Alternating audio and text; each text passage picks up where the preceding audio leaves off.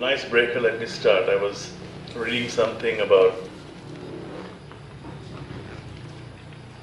the place. Now, this is becoming very important because the latest discovery in the field of physics that you may have read about, but the gravity. So the gravity now, simply put, it is not regular, it is not uniform everywhere. There are places where the pull of gravity is less, there are places where the pull of gravity is more, and this is becoming a scientific thing now. It used to be very much understood in yoga. So we have to be careful. Where do we move? I was telling this about 20 years ago to some friends in Jakarta, that some parts of Jakarta, the energy is, I will not say bad, but it is not positive enough to, or conducive enough rather, to help us in our spiritual pursuit, to help us in our spiritual development. We identified those places, and to my happiness, thrill, some of the friends who are staying there, they move to different places and they can immediately see the difference, can feel the difference. There are some places, I was telling in Jakarta also 10 years ago, 15 years ago, some cities which are not conducive to your spiritual development, the entire cities. It was not like this in Bali, but Bali is now becoming like that. There are cities which are entirely not conducive to your spiritual development. It is not conducive to your development in any way, even in moral ways. So we have to be careful. What do we want? If we just want to make money and we want to have a good socializing, then you can live anywhere. But if you want to do something else, then certain parts in Denpasar are extremely non-conducive to your spiritual pursuit. Extremely. More than Jakarta and other places. Some places, other parts of Bali, same.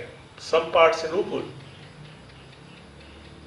And this can be measured now. This can be measured now. I must share with you the largest physics laboratory in the whole world that is running through Swiss and France and some other territories. I think it's called CERC something, CERC. The icon of CERC is Nataraj, Shiva. That is being accepted as the icon for quantum mechanics, yes.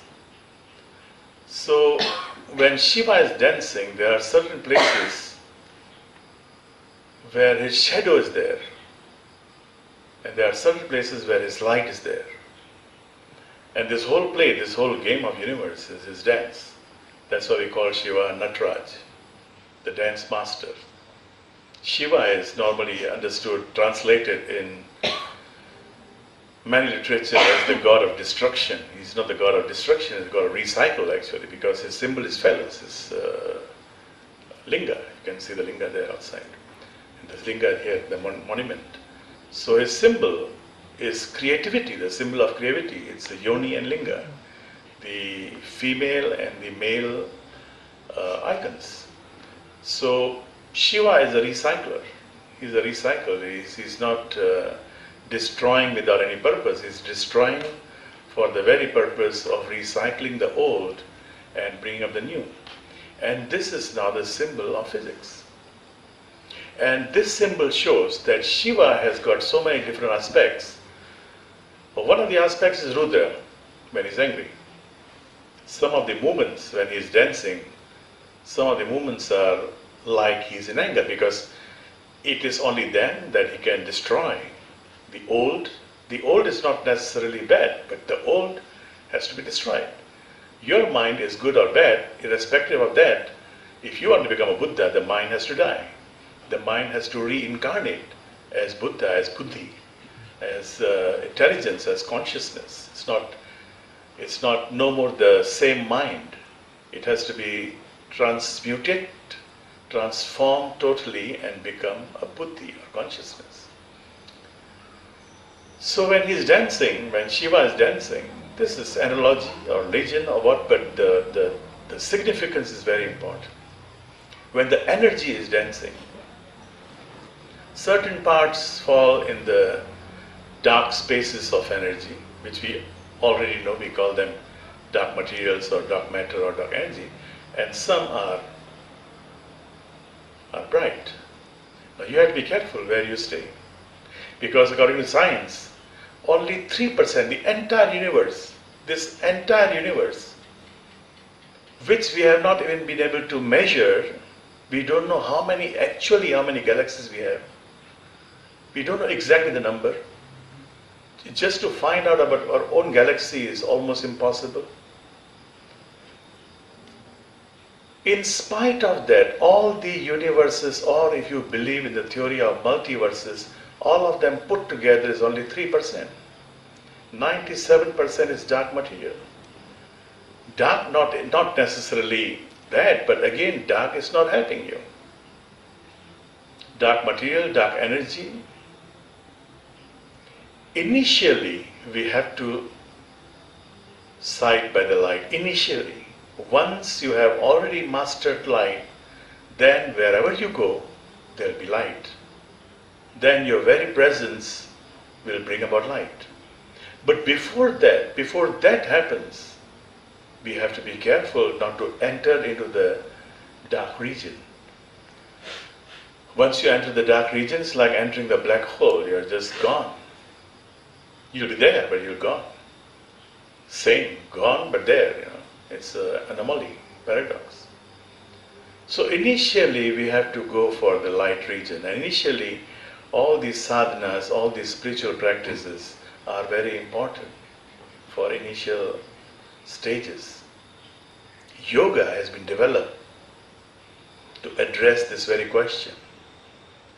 How to be in the side of light, not in the side of darkness. There's a beautiful story from Ramayana, one of the epics. There was this boy who was very obedient to his parents, and the parents are both blind. And they didn't have money, and the parents said, we are now old, we don't know how long we will live.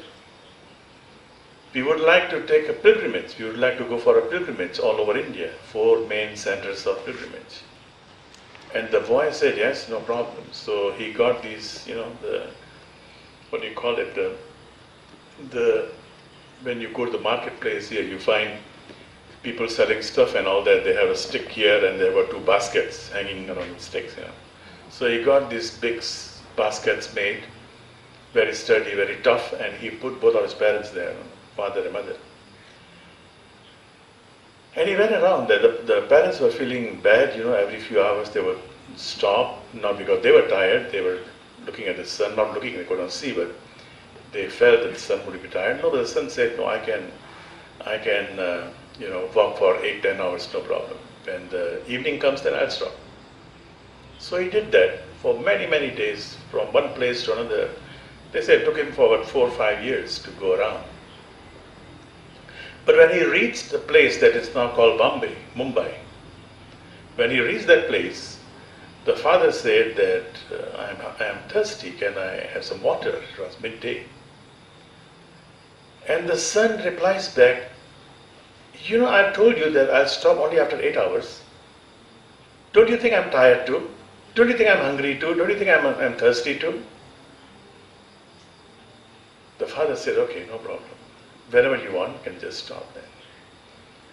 After about 2 hours, when he left this region, he left this area, he realized that he made a mistake. He shouldn't have said those words. So he stopped. And he told his parents, I'm very sorry, but I don't know what got into me, and I have never spoken like this. The father said, yes, you have never spoken like this, and I can well understand, because the area, the place we are passing through is a very materialistic place, not conducive to your spiritual journey, and the place is very important.